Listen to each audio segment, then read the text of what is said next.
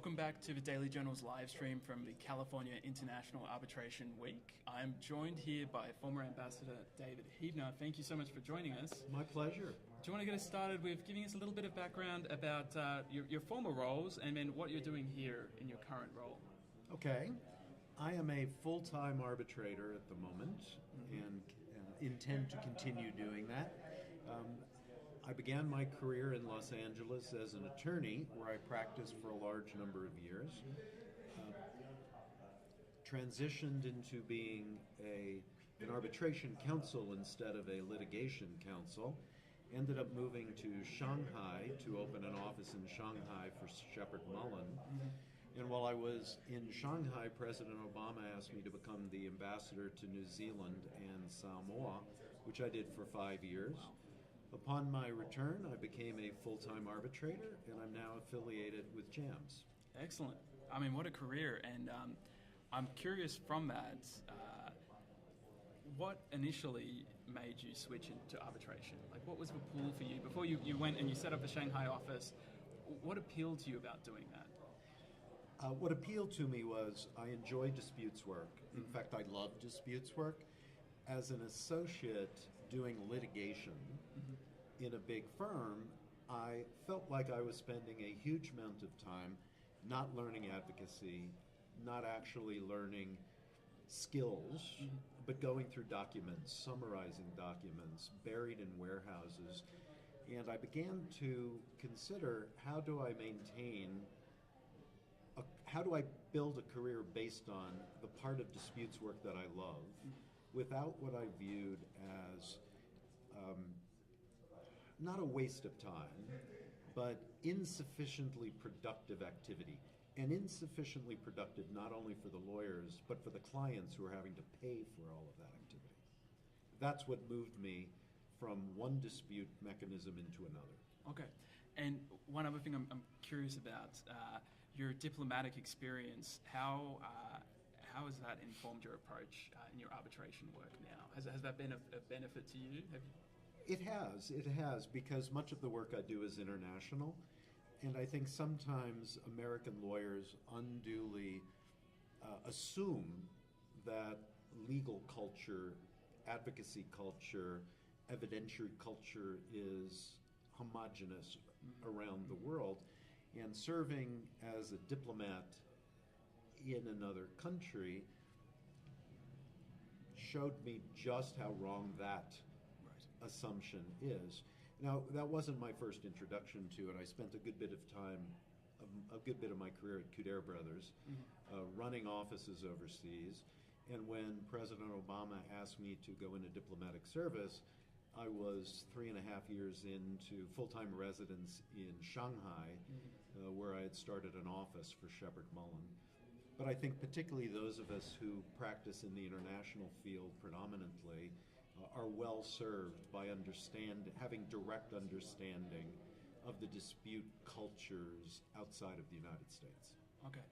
And what kind of disputes are you, if you could sort of draw out some key themes from the disputes you're currently dealing with, are there any, are they from a particular area, over a particular issue, anything like that?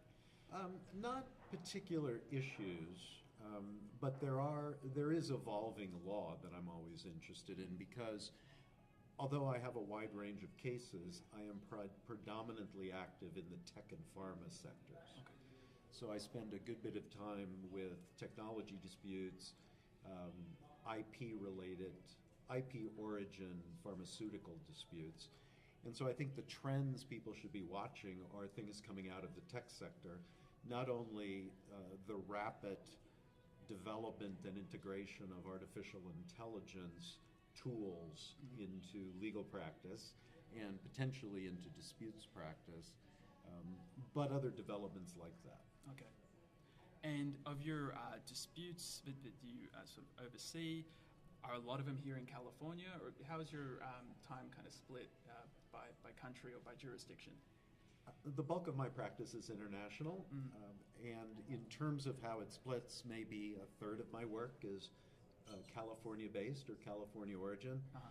Much of the rest of it is East Asia related. I spent a year and a half based in Tokyo, the years in Shanghai, and then at the southern part of the rim in New Zealand. So I have a lot of experience in relationships in East Asia. And then the remaining component is European. Okay. And obviously a big part of this week is kind of profiling California as a destination for international arbitration, and raising the banner for California as a venue.